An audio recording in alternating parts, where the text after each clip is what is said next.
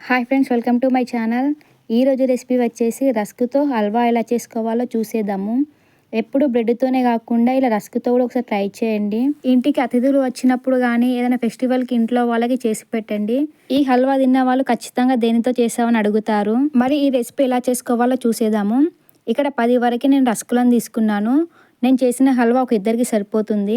ఇలా 2 ముక్కలుగా విడుచుకొని మిక్సీ జార్లో వేసుకొని పైన పడల్లా కాకుండా కొంచెం గరుకుగా పట్టుకోండి. ఒకవేళ రోలు ఉంటే రోట్లో అయినా దంచుకోవచ్చు కచ్చా పచ్చాగా.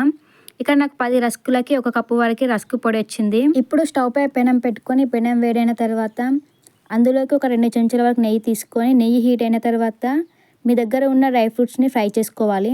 నేను ఇక్కడ జీడిపప్పు మాత్రమే ఫ్రై చేసుకున్నా. ఇప్పుడు అదే నెయ్యిలోకి మనం ముందుగా ప్రిపేర్ చేసి పెట్టుకున్న రస్క్ పొడిని వేసుకొని మీడియం ఫ్లేమ్లో పెట్టుకొని మాత్రమే ఫ్రై చేసుకోవాలి. ఇలా మీడియం ఫ్లేమ్లో పెట్టుకొని రంగు మారే వరకు ఫ్రై చేసుకోండి.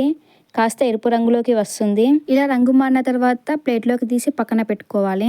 మళ్ళీ ఇప్పుడు అదే కడాయిలోకి ఒక అరకప్పు వరకు షుగర్ని తీసుకోవాలి. నేను ఇక్కడ అరకప్పు తీసుకున్నాను, ఎందుకంటే రస్కులో ఆల్రెడీ షుగర్ కలిసి ఉంటుంది. మీరు తీపి ఎక్కువ తింటే ఒక పావు కప్పు వరకే తీసుకోండి.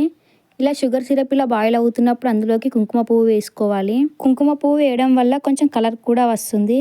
ఈ షుగర్ సిరప్ అనేది కొంచెం పాకంలా వస్తే సరిపోతుంది. మరి తీగ పాకం రావాల్సిన అవసరం లేదు. పాకం వచ్చే టైంలో రస్క్ పొడిని వేసుకొని ఫ్రై చేసుకోవాలి. ఇలా కొంచెం దగ్గర పడుతున్నప్పుడు మనం ముందుగా ఫ్రై చేసి పెట్టుకున్న డ్రై ఫ్రూట్స్ని కూడా వేసుకొని పైనుంచి ఇంకొద్దిగా నెయ్యి వేసుకొని కలుపుకోవాలి. ఇలా 2 నిమిషాల వరకు ఫ్రై చేసుకుంటే హల్వా అనేది రెడీ అయిపోతుంది. ప్యాన్ నుంచి ఇలా హల్వా సపరేట్ అవుతున్నప్పుడు తీసి పక్కన పెట్టుకోండి. అంతేనండి, ఎంతో గొప్ప రుచితో ఉండే ఈ రస్క్ హల్వా అనేది రెడీ అయిపోయింది. ఎప్పుడు బ్రెడ్తోనే కాకుండా ఇలా రస్క్తో కూడా ఒకసారి ట్రై చేయండి. హల్వా తినాలనిపించిన ప్రతిసారి ఇలా రస్క్తోనే చేసుకొని తింటారు.